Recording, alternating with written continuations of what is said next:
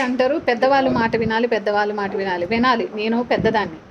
దాదాపు నాకు 80 సంవత్సరాల అనుభవంతోటి చెప్తున్నా నేను. నాన్న ఏంట్రా? వీడొకడు నా కొడుకు. నాకు ఒక 80 ఇయర్స్ అనుకోండి. ఒక పెద్ద ఆవిడ్ని చెప్తున్నా. ఎందుకంటే నేను 3 పిల్లల్ని కన్నాను కాబట్టి, పెంచాను కాబట్టి, వాళ్ళని పెద్ద చేస్తున్నాను కాబట్టి.